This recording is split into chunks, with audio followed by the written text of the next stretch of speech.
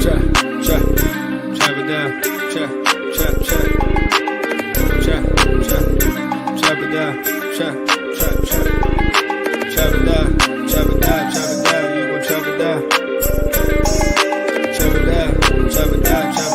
gon' chop it down. Damn, set. Watch him throw the ball. We gon' pick it off. You gon' let him hit the hole or you gon' cut it off. You gon' play through fourth and long or you gon' punt it off. Your defenders, heavy hitters, put your pads in. Don't be looking for the ref to throw no flags in. Keep the helmet on, keep the cleats tight. You the type to want to win by any means, right? You should look alive. This is Trap or Die. Yes, sir. Welcome back to another episode of Trap or Die Podcast. This is the post-game recap. The Commanders fall to 7-5, 3 straight L's for the first time this season. 26 or 34-26 to the Dallas Cowboys. AJ was around. I think he'll be coming back. I think he was at the game, so we're going to see what that situation looks like. Dre is in right now. Appreciate everybody who's checking in live. I know why you checking in. We know why you checking in. First for the Commanders, but god damn. 3-17 gets the dub on the boys. Make sure you hit that like button. Make sure you hit the subscribe button. Same thing on the audio side. As always, we appreciate the support on Trap or Dive side. I know how y'all feeling about the Commanders right now, but we appreciate the support on Trap or Dive side. Make sure you hit that follow button. Hit us with a rating review if you can, man. It's definitely appreciated. Let me shout out everybody who's in the comments already, especially the people who come up, who pull up before the stream even started. The Washington Chef. Dude, the team had 10 days to prepare and they squandered it. Like, this is not the team that Washington put up 40 points. I think I read that wrong. I don't even know what I'm watching, and I need answers from the coaching staff. Al 2, Morning Trapper. Not sure why we didn't go for 2. Losing Eckler and B-Rob is painful. At least it forces Cliff to abandon his unproductive run game and start throwing the ball more. Sean King, Austin Seibert is on the hot seat. Somebody else said that's on this show. Monty, appreciate you checking in. He said, call me crazy, but if they don't beat Tennessee, this shit is over. I'm back to just caring about JD5's development. We win. We don't. Oh, well, first year of a rebuild. Amani, see, you said the right thing today. That's all we need to worry about at this point. Because clearly the Commanders don't care about nobody else except for themselves. And they can't even care about themselves properly. All right. Appreciate everybody checking in. Let's get to the real show. Let's see if AJ is straight. AJ is back. Let's get him involved before we get things started. Dre, how you feeling, big dog? First off, let me say happy birthday to my good co-host here tomorrow. Even though, hey, this is probably the worst birthday present you could ever receive in your birthday. And it would have probably been even worse than the birthday present I was going to give you if we were in person. I would have gave you a bid for being a baby on the show. Wow. But very funny, Dre. Hey, that's all the old man jokes y'all always give. Yeah, man. However, man, I'm feeling horrible, Mual, man. I do hope that your birthday gets better, man, because this was not the way to bring it in with the team having this awful performance, man. It was just, it's so much to get into, man. We'll get into it, but I'm there. AJ, how you feeling, bro? I know you was at the stadium, so I don't know if like your audio is straight or nothing like that. We testing it live on the stream, but if you are there, what's going on with you, player? Yeah, man, in the car, man. Happy birthday, Mual. Yeah, just a shitty ass game. Like, if I thought that Dallas was food, then Washington wasn't hungry. They ain't want to eat. Hey, you fool. First off, you said it perfectly. If Dallas was food, Washington wasn't hungry. Let that be our collective one sentence takeaway from the show. Let's see. Let me go back to the comments. Oh, okay, yeah, the birthday. Appreciate all the birthday wishes, man. It is what it is. But we do got a show to do. Let's get into the show. 34-26. And you're talking about a game that went into halftime 3-3. Cowboys had a kick blocked, a field goal attempt blocked. They missed another field goal. Washington missed the field goal in the first half. And then obviously kicked their one field goal to go up 3-0 initially. And then in the second half, just a whole bunch of scoring. 30 or 41 points in the fourth quarter. 13 points in the third quarter. Washington, for a team who seemed like they was okay defensively, right? They just start leaking. Well, I mean, it was a kick, 2 kick returns in the second half too, which is crazy. So I guess I cut them some slack in that aspect. But the offense, that's kind of the elephant in the room. So I'm not even going to like put that to the back burner, bro. 5 3-and-outs this game. Third down wise on the day, they were 4 of 12, 412 total yards, but we know most of those came on the last 2 drives of the game.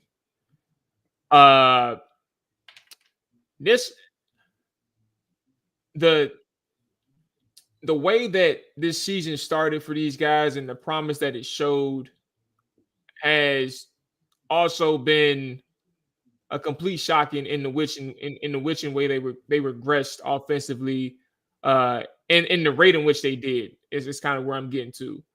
I don't like the. Bro, first off, you had 5 3-and-outs over the last 2 weeks, which is the most they had in like a short span, and then you had 5 in one game, or excuse me, 8 in the last 2 games, and then 5 in one game against the Dallas Cowboys. The Dallas Cowboys defense, who was bottom of the barrel and everything.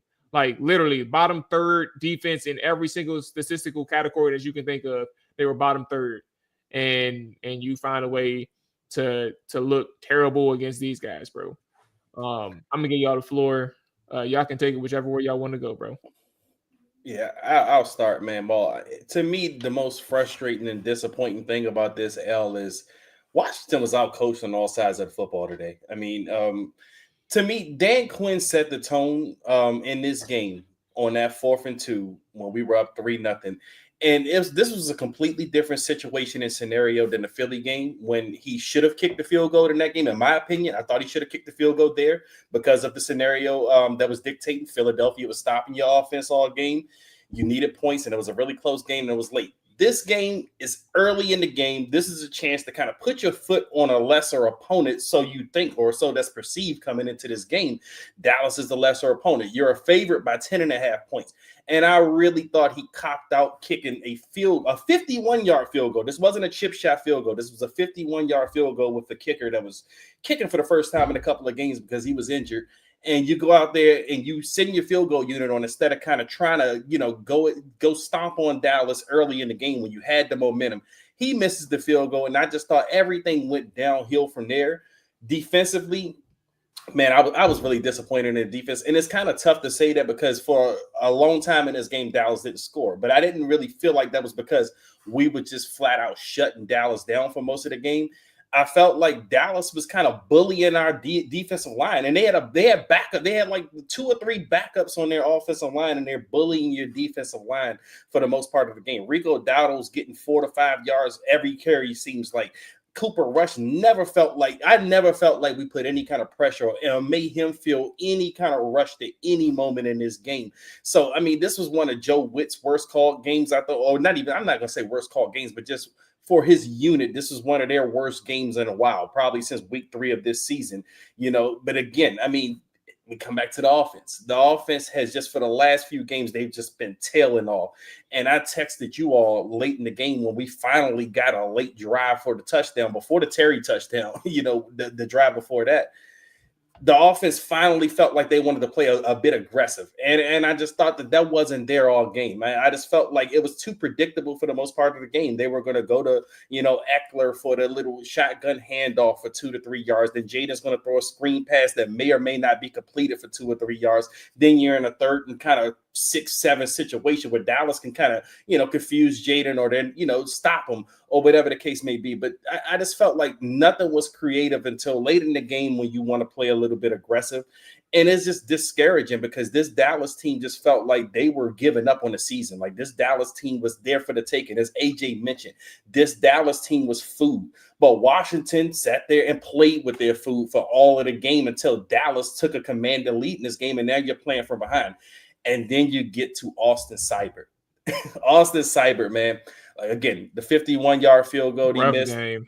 Yes, he missed 2 extra points, including the 1 extra point that sends this game to overtime. I know a lot of fans are sitting back at home saying they should have went for 2. I don't think that was a no-brainer 2-point conversion situation because, for one, you're at home. You're not on the road. I usually would say go for the 2 on the road, especially against a tough opponent. But I feel like at home, you flip the game back on its head, and you're supposedly about to tie this game. You're probably going to win this game in overtime because Dallas is there for the taking. They've been there for the taking all game, but Washington, every time that opportunity was there, they gave it up. So for me, again, man, the most frustrating thing about this game is it just feels like we were out-coached by a lame duck coaching staff. This is a coaching staff in Dallas that's likely not going to be there next year. And this is a coaching staff for Washington that we hope to be here for years, and they just got flat out coached. And Dallas seemed like they wanted it more today. Yeah, I think when it comes down to this game, man, like I said, like Dallas is food and Washington didn't want to eat.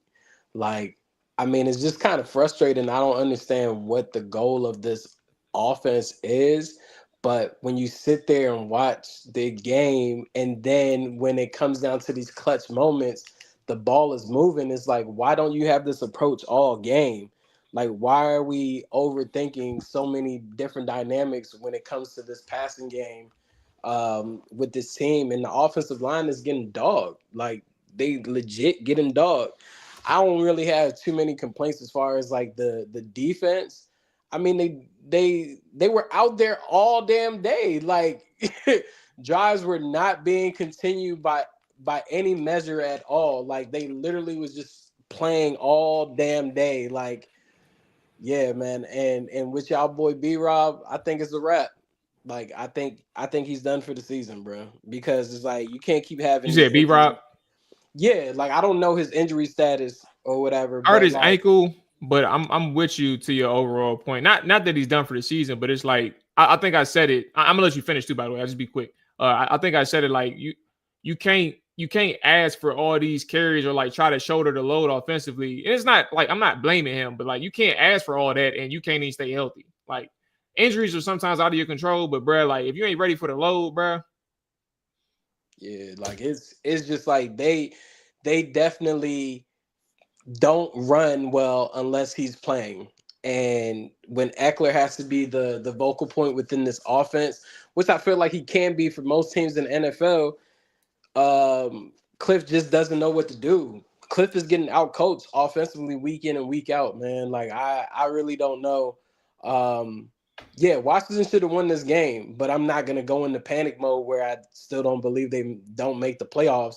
But it's insane to sit here and think, like, this defense is way better than the offense right now. Like, way better. They're making Jaden Daniels look like he doesn't even know how to play quarterback. Not even play quarterback. Like, he isn't good. And that's because the weapons around him aren't doing anything. I mean, John Bates, why are you fumbling right there, bro? Like, it's just so many things that happen in this game. Like, AJ, why don't you have any smoke for the out, defense? I don't get why you don't have any smoke for the defense today when Cooper Rush just looked comfortable all day long. I mean, they had no answer for him outside of maybe Lubu making a tip pass or whatever the case. And I get it, the defense was out there a lot today, but at the same time, they let Cooper Rush be very comfortable today. And Rico Dowdle had one of his best games in a long time. So the defense, they may not be as much of the blame as the offense, but you got to have a little bit of smoke for them today. I think the reason why the game plan, how I looked at it defensively, was just to make sure that CeeDee Lamb doesn't go off. Yeah, he had over 10 plus receptions, but it's not like he had a bunch of yards. And I felt like they didn't trust their coverman enough to get that job done to where like they could blitz and didn't feel like it would be a liability on the back end. Either way, man, Washington has had 3 games in the last 3 weeks where they've had opportunities to close this thing out and they have not done the damn job. It's like, how many times can kickers miss extra points? Like, you had a blocked field goal and a blocked punt in the same game, bruh.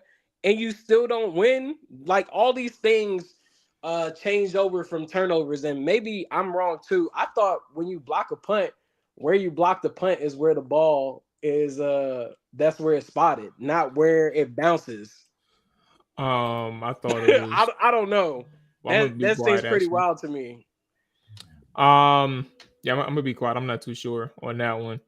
But to your point though, like you block a field goal, you go down, score a field goal, you survive a missed field goal attempt by Dallas, you come down and you miss a field goal of your own. Then you have the block punt. I can't remember which drive it was. But after the block punt, you mess around and go. I think they went 3 and out on that drive. After I think it was 3 and I'm trying to find the actual play. Am I tripping? Because can one of y'all help me? I think they went 3 and out. They went 3 and out right after the block punt. I think so, because where they got the ball like around the 40. Yeah. Yeah, I think so. All right. Nevertheless, point being, it's just not being able to get the ball in the end zone. I think that's our bottom line here, right? Just knowing the situation that they're in 3 consecutive weeks. Honestly, even Chicago's game, right? You get into the red zone 4 times and you're kicking field goals, really. You're not scoring touchdowns against Chicago. You do have some good red zone trips against Philadelphia and Pittsburgh, but you just see the missed opportunities from a big play potential. And I think Greg Olsen had a good point later into the game today, in that like you can't just dink and dunk your way downfield every single week, and just like a foreshadowing type of thing. Like you can't win football games down the line playing like this offensively. You have to find a way to open up your offense again.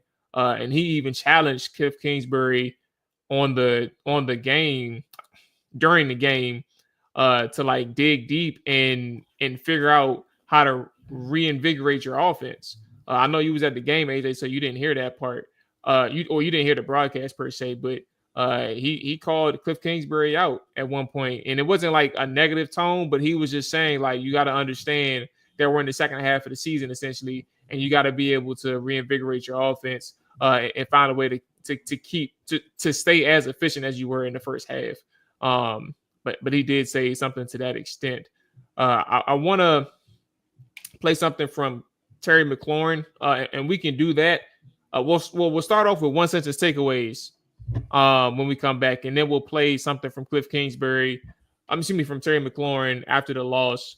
But we'll do that right after we hear from the good boys over at Underdog Fantasy.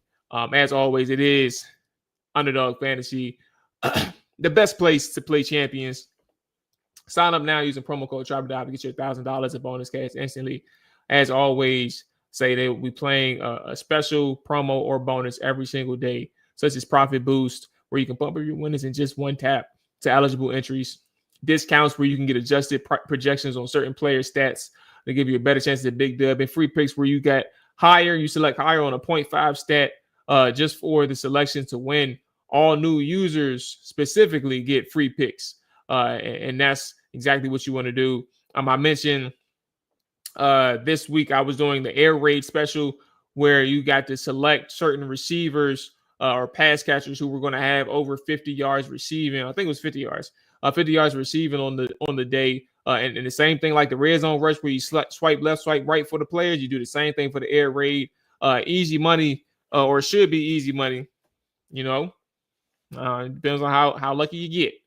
But it should be easy money, man. You go ahead, hit the air raid special, bro. Have yourself a ball on Underdog Fantasy. So go ahead, download that app. Use promo code TRIBEDIVE and get $1,000 in bonus cash instantly. Again, promo code TRIBEDIVE. Download that app to get up $1,000 in bonus cash instantly. You must be 18 or older, 19 or older in Alabama and Nebraska, 19 plus in Colorado for some games, 21 plus for Massachusetts and Arizona, and present in the state where Underdog Fantasy operates. Terms apply. Void in Colorado. Concerned with your play, call 1-800-GAMBLER or visit www.ncpgambling.org. Arizona, call 1-800-NEXT-STEP or 1-800-639-8783 or text NEXT STEP to 53342. If you're in New York, call the 24/7 Hope line at 1-877-8-HOPE-NY or text HOPE-NY to 467-369. All right, here is Sir McLaurin after the loss. I did say we was going to do one sentence takeaways, but let's go ahead and play Terry McLaurin right quick, see if we can get his initial thoughts following the loss to the Dallas Cowboys. Here we go. Didn't play our best. We didn't play complimentary football. And, when you're playing division games, like it's going to come down to 4 quarters. We knew that going into the game. We didn't underestimate them at all. But it's just unfortunate when you can't help each other out offense, helping out the defense. They were doing a great job, and we just couldn't really get it going. So we got to find a way to start faster and sustain drives. And, that's everybody, our whole coaching staff and our offensive players just going out there and figuring out ways that we can stay on the field and help the defense and, vice versa, all of us. I think in Spurs, offense, defense, special teams played a role in helping us get momentum. And then at some point we all, didn't do our best. So we got to get back to the drawing board. But, anytime you lose is tough, but especially in your division back-to-back. So, we got to keep our heads held high and get back to work. When you scored, did you think, here we go again?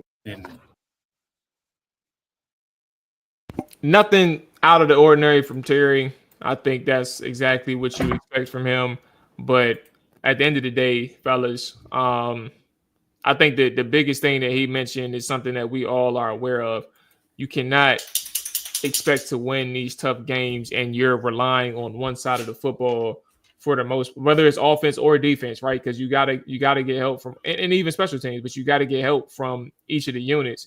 You can't rely on one side of the football and hope that they just win you the football game, especially when you don't have the talent across the board like the Washington Commanders currently lack at this point of their rebuilding.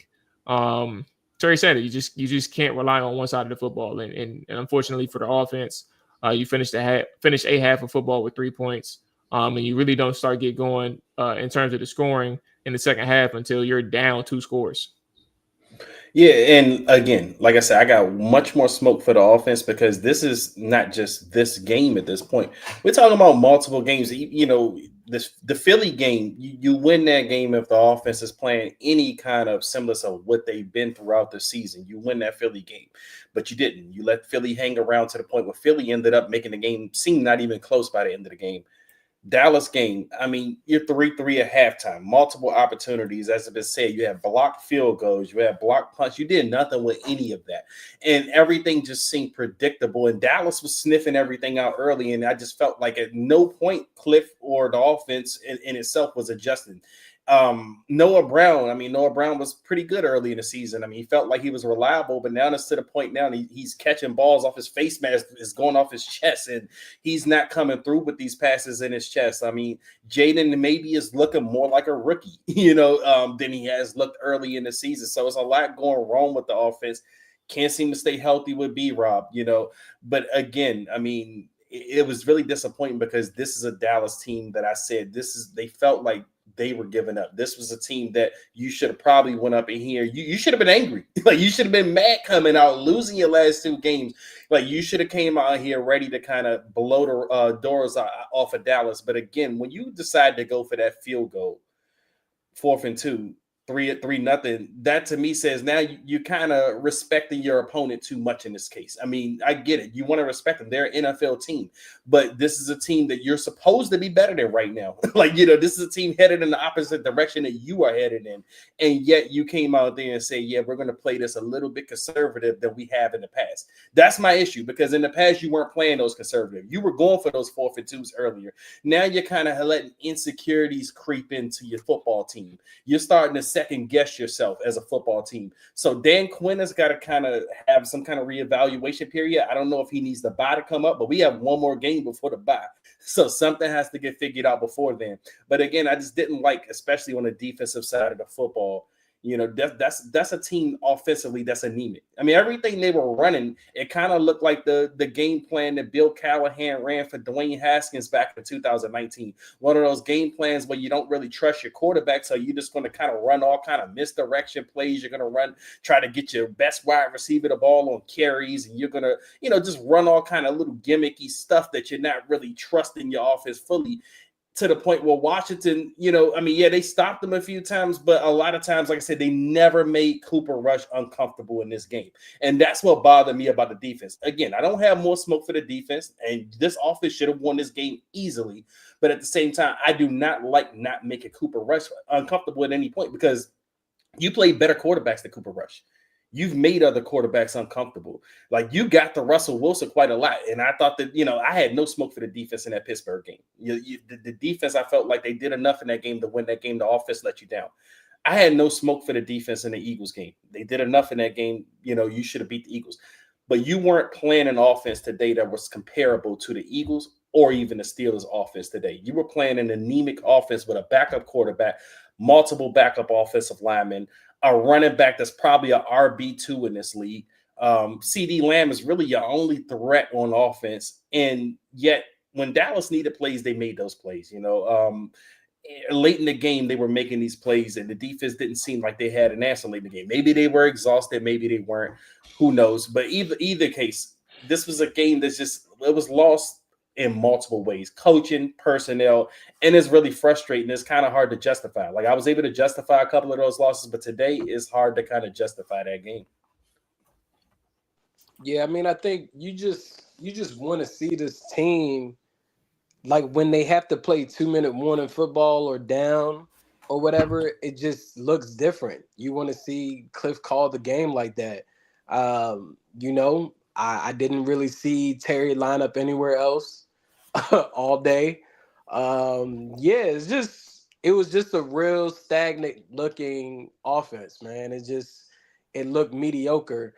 And you don't have enough weapons to really force teams to play you a different way. So you got to get creative. And I'm just not saying that right now. I think that Cliff should take he should take a look at himself and realize, like, oh, what they have been saying about me is actually factual. Like, I need to step it up. I need to come up with a different version of this offense, to where in the beginning stages of the season it looks great, but then as teams continue to have more footage of me, I become stagnant. And that's exactly what they are. The only time you see the ball really get moved effectively is when they're in these last bit of moments of these games and trying to fight and claw back. Let's get to these one sentence takeaways, fellas. This is all we got for y'all today. We can do 1,000 more minutes on this show, but let's get these one sentence takeaways out the way and see how the people are feeling. If you all got one sentence takeaways on the stream side, make sure you send them to the chat so we can read them. DMV Sports, I give you one. Who the heck? I'll give you one word. Icarus. I don't know what the hell he was trying to say. Like, the way it looked, I would imagine he said Dracarys. Some Game of Thrones shit, but he didn't say that. He used the I word. I don't know what that means, but I wanted to read it. Okay. Jay Everton, special teams loss. Brian Murphy, B. Murph. Shout out to you and Anthony Armstrong on you all's podcast. Of course, believe in Commanders. Got to be better. Next level. I presently have laryngitis because of the Commanders losing the game to the Cowboys. Jay Cisco, we are garbage right now. The DC Commanders cut Austin Seibert, created my way. Man, all y'all okay, so he's defending. Man, all y'all coming for Seibert is crazy. First dude literally came back from a hip injury. Second, the only way you blame him for that last PAT is if OTT does dirt to snap. Okay, I tried. Okay. Pat Jam, awful team, 33 years and counting. Stay medium. We can't execute. My man Wills, Austin Suckberg. Okay. You're the messed up culture. Says culture and talent level just aren't there yet. Slim Rob said we need a diaper change. Amani, shout out to Amani. The offense continues to regress. Slice backhand. How do you not know how big this game is? And their playmakers outplayed ours. saw that kickoff return coming, and the day went on. Let's see what else we got. Michael Collins and Kingsbury is a problem. Why are we running Eckler when we have McNick? I mean, come on now. McNichols had a good game, but I mean, why are we upset that Eckler's running the football? I don't get that. Ned Stimson, too little, too late from Cliff. I agree. Somebody said Ian gets buckets, press man coverage locks this team down. And AJ Smitty, I feel like he was talking to me directly because now I feel like an idiot. But I'm not embarrassed for believing what I believed at the time. But AJ Smitty said, how does this team make it to 11 wins? I remember I was talking to Dre directly in one of his tweets where I said that this team was for sure getting 11 wins. I'm a little nervous now, Dre. I ain't gonna lie to you, but I am not for feeling how I felt. I'm not taking that back. I will gladly wear the egg on my face. But it is definitely a different tone from now. There's some other people in the comments that saying the season is over, fraud alert, etc. All those things. And we'll leave it there. Do we got any last thoughts before we go on and get about our day, bro? You know, it's your kid B-Day, man. I ain't dwelling on this pocket on this a little bit too much. Mean, bro. I would say I don't want to hear anyone blame Jaden Daniels for this loss. I think that he did what he needed to do, and unfortunately, you're still seeing glaring needs of some offensive linemen and wide receivers. Was people doing that? Like, I'm genuinely asking. I know it was a conversation the last like week or two, but I just didn't see it. But I believe it. I just didn't see it. I mean, I don't know what they're saying, but you know how it goes around here. Like, people, whenever there's a loss, they'll try to blame him. I mean, I don't think there was much more he could have done today as a quarterback. I think that he just needed his supporting cast to actually show support. And unfortunately, they didn't provide that. Okay, so Armani says Akaris mean we got too close to the sun. Basically, got too happy from our success and got burned. Damn, if that ain't the truth. Honestly, though, all right. So look, I'm gonna save my optimism for Tuesday. But if there's one thing I got to hint to, bro, I think Amani and Akaris and all of that is kind of spot on. I just want to reiterate the fact that getting the 7 wins is kind of like we kind of got out there very quickly, right? So I think people's expectations have adjusted, which I don't blame them in their expectations for adjusting. But from a macro level, we do got to keep in mind where this team is at, and I think that's kind of what is being. I think that's what's occurring over these last 3 weeks is us being smacked down to earth, bro. In this situation, not to say that we won't make the playoffs and Washington won't make the playoffs so that they can't turn things back on track for the better. But at the very least, you're kind of seeing some of the deficiencies show up in several different ways. Unfortunately, specifically on the talent side for sure. Like you don't have an overwhelming talent advantage. And that's really hurting Washington at this point. AJ, any last thoughts before we get up out of here, bro? Man, I'm good. I'm ready to go to sleep, Mual. I'm done for the night, man. I ain't watching no more football, no bets, no parlays, nothing. It's sleep time. Some told me don't rush on the parlays today too, because I had the flag football playoffs. So I didn't. Only thing I had was something that I made last night. But I'm gonna have something for the Sunday night game. But in the meantime, I'm about to go ahead and kick my feet up, pour another cup of tequila, man, and enjoy some pizza and watch these games, bro. I get it. I get it. Appreciate everybody who checked in.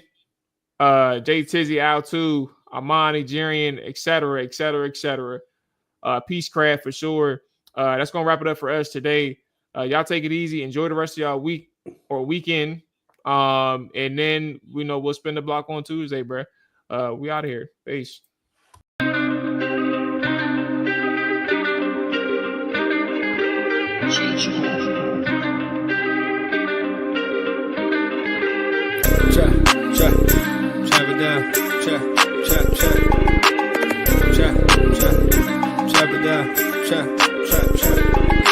Chop it down, chop it down, you gon' chop it down. Chop it down, you gon' chop it down.